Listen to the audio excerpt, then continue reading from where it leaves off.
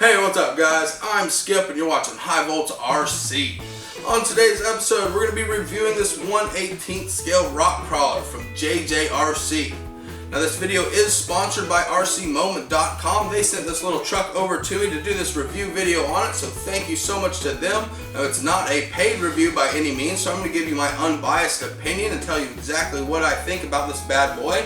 I'll tell you the good points and the bad points about it for sure.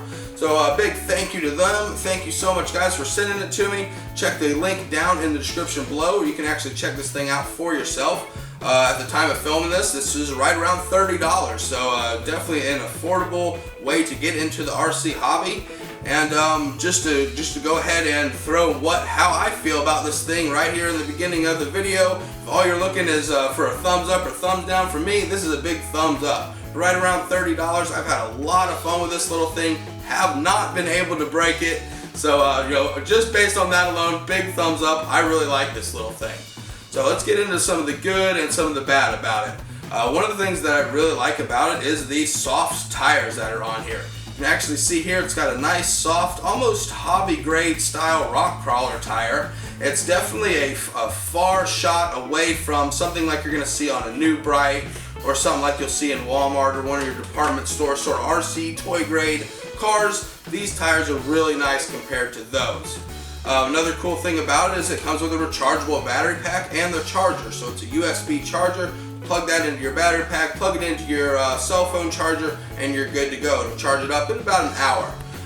It's a 700 mAh nickel cad battery pack, so a little bit of the old school battery pack in there. It doesn't have a LiPo battery or anything like that. Although this vehicle doesn't really need it. It seems to do really well with it and makes some pretty good power. In fact, let's go ahead and talk about the power and how this thing sort of drives around. It makes plenty of power for what it is and is able to, you know, crawl its way up on anything, lift itself up over rocks, and if you can get the right angle on it, you can even crawl its way up the side of a wall and flip itself over backwards. So it's got enough traction in these tires and enough power in the motors to actually do that.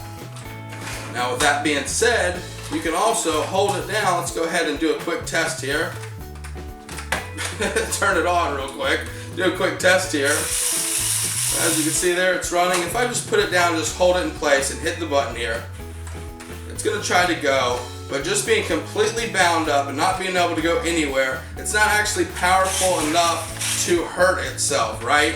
So really cool feature about that. You know, I don't know if that was engineered into it or whatever, but just happens to where it has plenty enough power to do exactly whatever you want to do with it, right? To do some rock crawling, but it's got not enough power to actually strip out the gears. If you get a tire bound up in a rock or something like that, it won't actually tear itself up. And with that being said, I've actually been pretty hard on this little thing and haven't been able to break it. So actually works out really good. See a little articulation test here.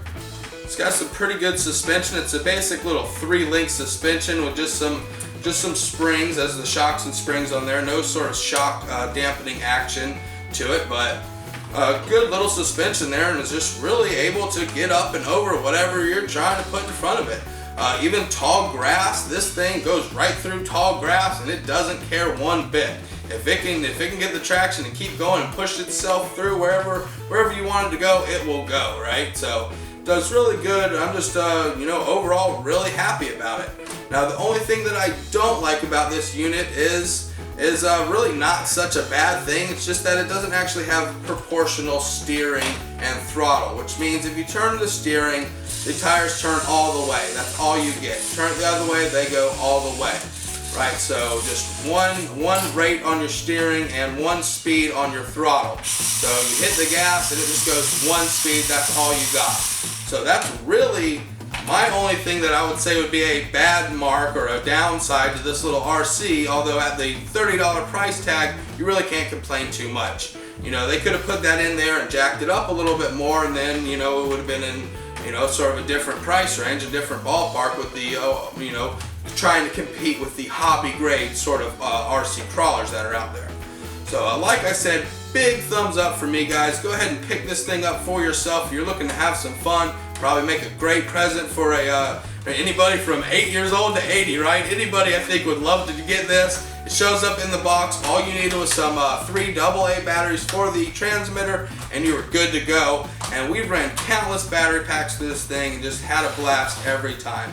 Like I said, big thumbs up for me, guys. So let me know if you have any questions or comments down in the comment section below. Until next time, guys, I'm Skip, and I'll see you in the next episode. Peace.